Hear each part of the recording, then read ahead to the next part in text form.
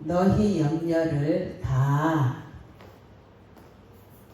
우리가 염려하는 거 인생은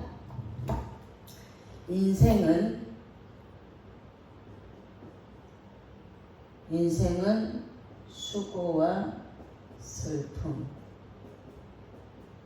뿐이에요. 하나님과 관계가 되어지지 않으면 성경이 뭐라고 말하고 있냐면 인생은 수고와 슬픔 뿐인데 전도서를 통해서 모든 것이 다 헛되다. 하나님을 알지 못하는 모든 인생은 다 헛되고 헛되다. 그런데 우리는 그냥 영원히 살 것처럼 마구 살아요. 그런데 하나님을 알고 나서 뭐 하냐면 말씀을 통해서 하나님이 말씀이라고 했어요. 이 말씀 속에 하나님께서 인생은 수고와 슬픔 뿐인데 하나님의 영, 생기라 그런 생기, 하나님이 사람을 지으시고 그 코에다 생기를 불어넣으셔서 생명, 살아있는 사람으로 만드셔서 하나님과 교제가 끊어지지 않으면서 살기를 원하셔서 하나님이 누굴 보내셨어요? 이성태 집사님, 하나님과 관계가 끊어진 죄 문제를 해결하기 위해서 누굴 보내셨어요? 누구를 보내셨어요? 십자가에 달리신, 예, 잘했어요. 예수. 죄 문제를 십자가에서 해결하시게 하시려고 이 십자가는 저주의 틀이에요. 저주를 십자가에서 끊으셨기 때문에 7월의 얼거맨주를 십자가에서 끊어주시는 거예요. 그래서 죄 문제를 십자가에서 해결해 주시려고 예수. 그래서 마태복음 1장 21절 아들을 낳으리니 이름을 예수라 하라. 이는 그가 자기 백성을 그들의 죄에서 우리의 죄에서 구원하기 위해서 죄가 없으신 예수님이 십자가에서 저주를 끊어주시려고 오셨는데 이 예수님을 믿어야지만 죄의 문제가 저주의 문제가 해결이 되어진다는 거예요. 아빠가 싫어하는 문제들을 아빠가 가장 싫어하는 것을 자녀들이 하면 어떻게 해요? 자녀들이 하게 되면 아빠와 관계가 좋지 않은 부인은 그 자녀를 더 두들겨 패는 거예요. 왜요? 내가 싫어하는 남편의 모습이 자녀에게서 나오는 건데 그것이 뭐냐? 유전적인 죄예요. 유전적인 거. 유전적인 것은 DNA라고 하죠. 그래서 DNA 검사를 통해서 뭐예요? 네가 내 자식이냐 남의 자식이냐 이런 걸 검사해요. 이 유전적인 거는 타고나는 거예요. 타고. 이거는 기질이 비슷한 자식에게 가요. 그래서 이 죄 문제를 내 대해서 예수님을 믿어서 끊어주지 않으면 내가 싫어하는 거 좋은 것도 다 흘러가요. 좋은 것도 흘러가고 나쁜 것도 흘러가는데 그래 왜 손가락이 닮았네 발가락이 닮았네 귀가 닮았네 이렇게 다 왜 그것을 담냐면 그 유전적인 것이 내가 갖고 있는 유전적인 것이 DNA를 통해서 어디로 가요? 내 자녀에게 내려가는 거예요.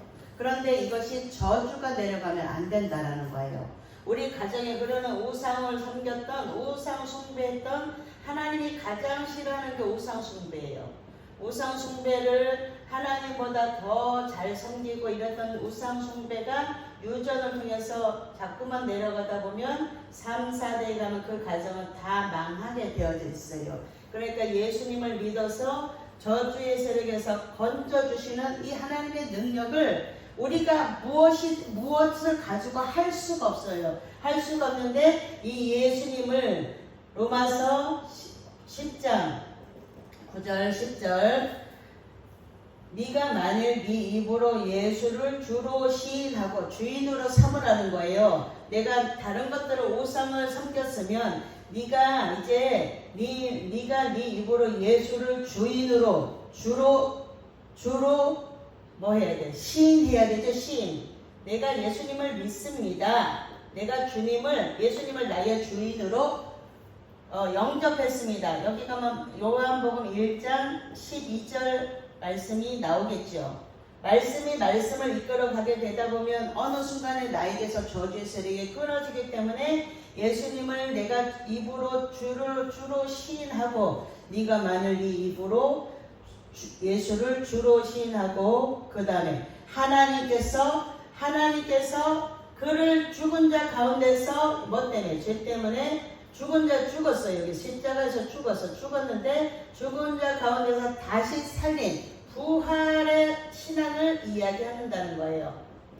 우리는 부활할 수 있기 때문에 이 땅의 모든 것들이 다가 아니라는 것을 알기 때문에 이것을 정확하게 아는 부활의 신앙이 예수님이 첫 열매로, 부활의 첫 열매로 부활주의를 우리가 보낼 때가 있어요. 그러면 그때만 기념해서 부활주의를 보내느냐? 아니에요. 주일 성수가 왜 중요하냐면 안식 후 첫날 예수님이 십자가에서 죽으시고 3일 만에 부활하셨어요.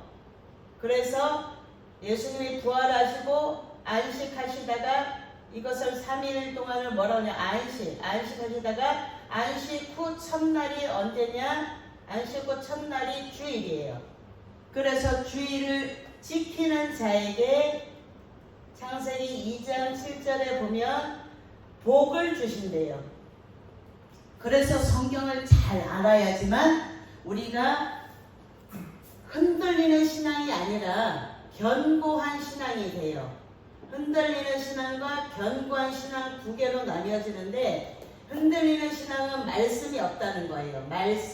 말씀으로 채워지면 흔들리지 않습니다. 견고한 신앙이 되는 거예요. 말씀으로 세워지면. 그렇습니다.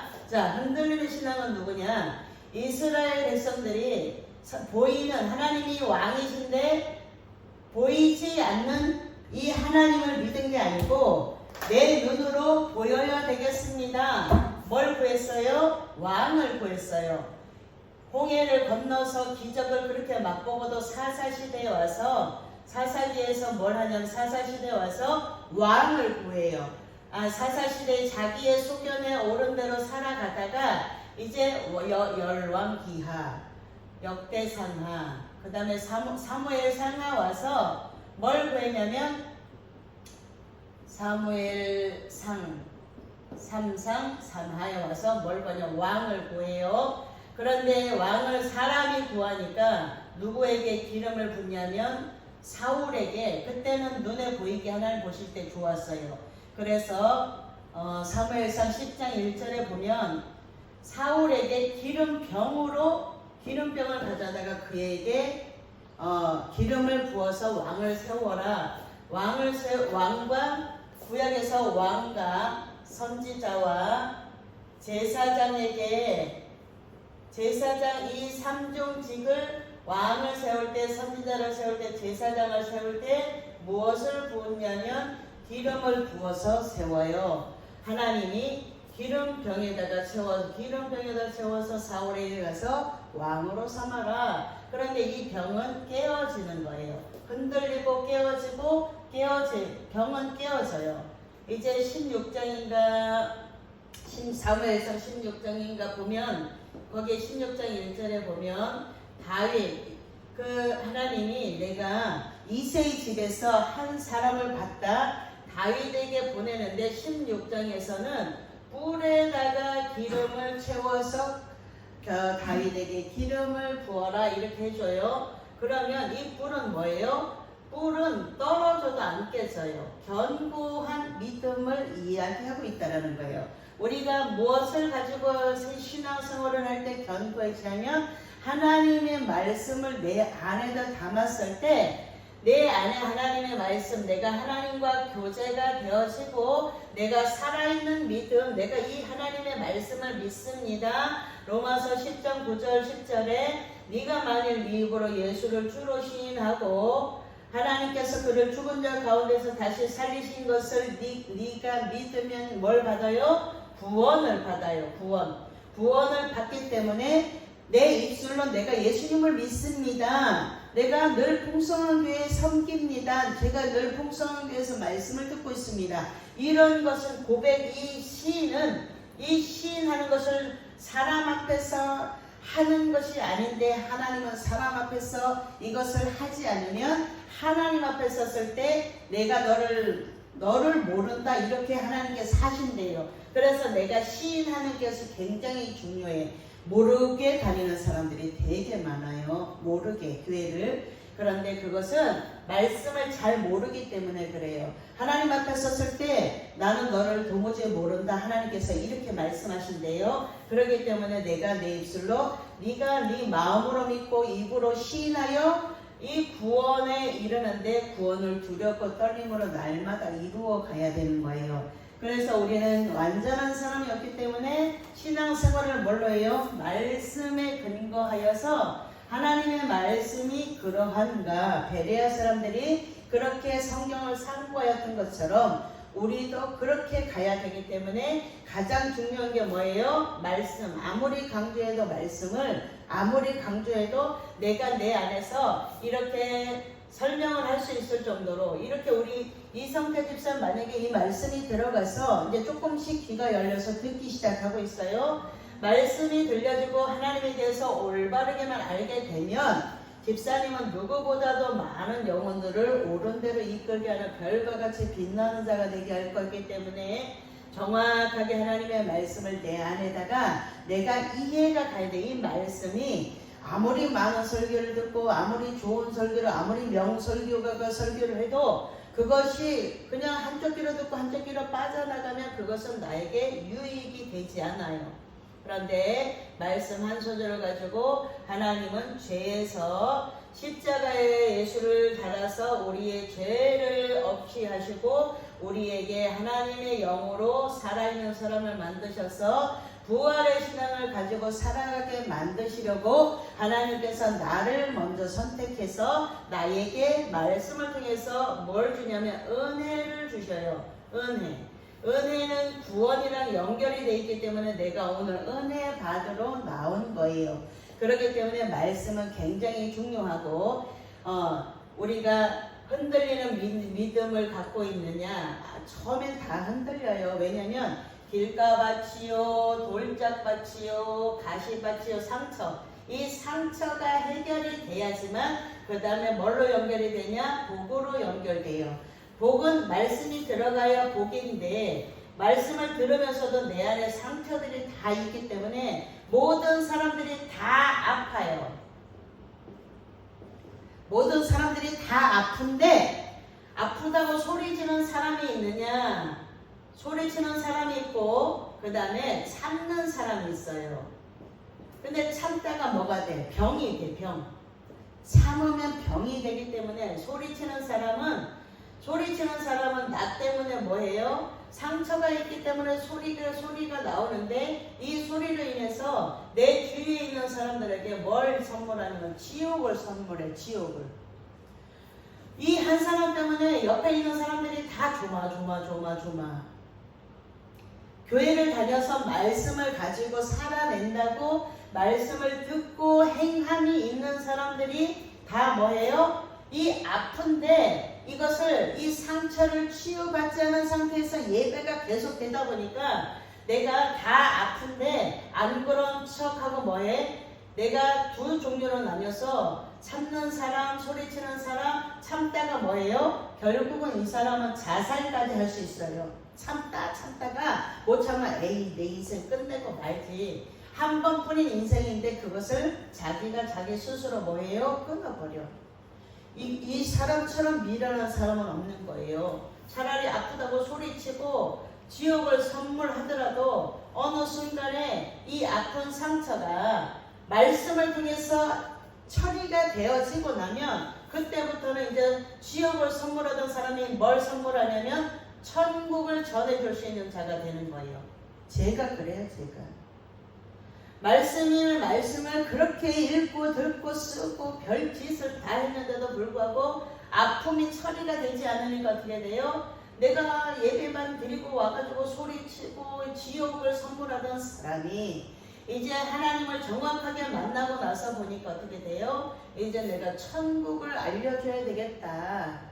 내가 아프고 이 상처를 가지고 그냥 그 상처를 그대로 갖고 있으니까 나 때문에 내가 소리를 쳐서 소리를 질러서 두들겨 패서 내 주위에 있는 사람에게 지옥을 선물했어요. 그러니까 회개할 것밖에 없다고 이야기하잖아요. 정확하게 하나님을 만나고 나면 말씀의 거울에다 나를 정확하게 살펴보면 내가 뭘 하게 되냐면 이제 내가 아픈 사람이었는데 일을 해가지고 내가 소리를 치고 때로는 참다가 병이 생기고 이것을 다 경험했단 말이에요. 그래서 어떻게 해야 돼요? 상처를 치유받아야 되겠죠. 상처를 치유받는 게 어떤 거냐? 말씀을 읽고 말씀 속에서 인격적으로 하나님을 만나고 그 다음에 성령이 내주하셔야 돼요. 내주. 성령이 내 안에 오셔서 네가 이렇게 아픈데 내가 알고 있어. 하나님이 그 말씀 한 소절만 내가 너를 알고 있어. 사랑하는 딸아. 이렇게 이야기해주면 어느 순간 뭐가 흘러요? 눈물이 주르륵 흐르면서 하나님이 보고 계셨구나. 내가 아픈 거 하나님이 보고 계셨구나. 모든 사람이 다 아픈데 이 치유가 되지 않은 상태에서 뭘 해요? 예배를 드리면서 말씀을 내가 다 알고 있다고 생각하니까 내가 어린아이인데도 불구하고 내가 어른인 줄 알고 살고 있는 거예요. 그래서 많은 사람들이 어른아이예요. 어른아이. 어른인데 아직 안에는 뭐냐면 아이라는 거예요. 나도 사랑받고 싶어요.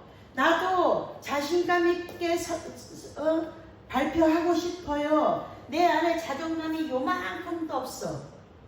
부모로부터 언어로 공격을 마구 받고 자랐고 그러니까 내 안에 자존감이 요만큼도 없으니까 어떻게 돼요? 자신감을 잃어버리고 소외되는 인생을 살아갈 때가 너무나 많다라는 거예요. 그래서 말씀을 올바르게 가르칠 수 있는 사람을 만나는 게 가장 큰 복이고 이 말씀 속에서 하나님을 만난 사람을 만나는 것이 가장 큰 복이에요. 그렇기 때문에 이렇게 예배를 드리고 말씀을 통해서 말씀으로 계속 연결이 되어져 가다 보면 어느샌가 내가 말씀을 인격적으로 하나님을 인격적으로 내 안에 영접하는 시간이 모든 사람에게 반드시 와요.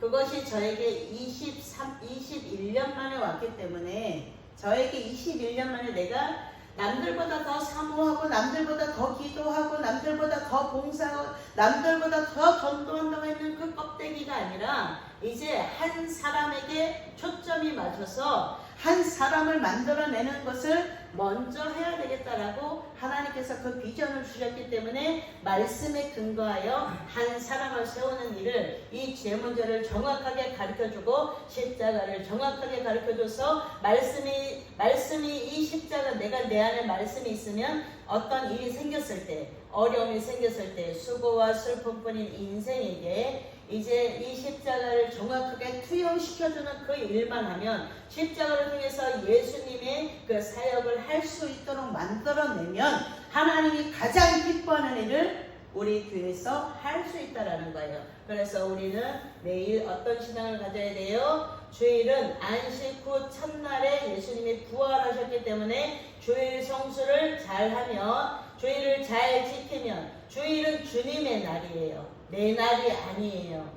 내 날인 줄 알니까 놀러가고 산에 가고 등산 바다 가고 다 내가 하고 싶은 거 다 하는데 내 날로 여기면 내 맘대로 사는 인생이에요. 주님의 날은 주님이 원하시는 대로 예배 속에서 말씀과 기도와 그 다음에 찬송으로 하나님을 계속 찬양하는 이 예배를 올바로 드릴 때에 하나님의 생명이 내게로 와서 하나님과 내가 뭘로? 말씀으로 생명이 다시 하나님의 생명이 내게로 오는 날이기 때문에 예배는 굉장히 중요한 거예요. 이것을 정확하게 가르쳐 줬더라면 우리가 세월을 허송하고 이스라엘 백성들처럼 40년 광야를 돌았을까요? 안 돌았을까요? 이것을 내가 소화를 해내고 내가 이해를 하고 내가 예수님을 정확하게 말씀을 통해서 만나고 이것을 내가 이해하는 마음으로 머리의 지식으로가 아니라 내가 마음으로 여러분들에게 이것을 넣어줄 때 제가 만난 하나님을 여러분도 만날 수 있다는 거예요. 그래서 만남이 굉장히 중요해요. 그 사람을 내가 처음 보고 나서 아니 저 사람 못 써 이렇게 되는 사람도 하나님에게 하나님을 정확하게 만나기만 하면 말씀을 통해서 그 사람을 말씀을 통해서만 변화가 되는 거예요. 다른 어떤 걸로도 변화가 일어나지 않아요. 그렇기 때문에 우리는 말씀을 통해서 말씀을 앞장세워서 말씀이 하나님이시고 말씀이 내 인생에 와서 앞장서서 가시는 하나님의 말씀을 내가 알아야지만 뒤따라갈 수 있기 때문에 말씀을 잘 알아서 말씀이 말씀하시는 곳에서 멈춰서 네가 좀 상처가 커. 오늘은 이제 오후에 상처에 대해서 이야기할 거예요. 다 아파요. 다 아픈데 여전히 내가 참는 사람이냐 나 못 견뎌서 소리쳐서 내가 다 지옥을 선물하는 사람이냐 내 주위에 파편이 튀어서 지옥을 선물하는 사람이냐 이런 것들을 정확하게 짚고 넘어가야지만 내가 이제는 내 주위의 사람들을 내가 괴롭게 하는 일들을 하면 안 되겠구나 이런 것들이 어떻게 돼요? 말씀을 통해서 이제 비춰지죠. 비춰지게 되면 내가 그것을 십자가에다가 모든 저주를 다 끊어주신 그 십자가 앞에 와서 수고하고 무거운 짐진 자들아 다 내게로 오라. 얼마나 수고하고 아프고 힘들고 어렵고 정말 요만큼밖에 웃을 일이 없는 이 세상에 저주의 세력에서 건져주시는 주님을 만나면 우리는 훨씬 더 하나님 앞에 그 주님을 만나기만 하면 내 인생에 이제 그때부터 뭐가 펴요? 영적인 꽃이 피겠죠. 영적인 것이 회복이 되어지는 것처럼 영적인 것이 회복이 되어지는 것만큼 사랑하는 자여 내 영혼이 달린 것이 네가 범사에 잘되고 강건하게라 내가 간구하노라. 요한이 그렇게 가룟 장로에게 그렇게 하였던 것처럼 우리에게 영혼이 잘되면 범사가 잘되는 복으로 연결되어진다는 것을 잊지 않는 저와 여러분 되시기를 예수님의 이름으로 축복합니다.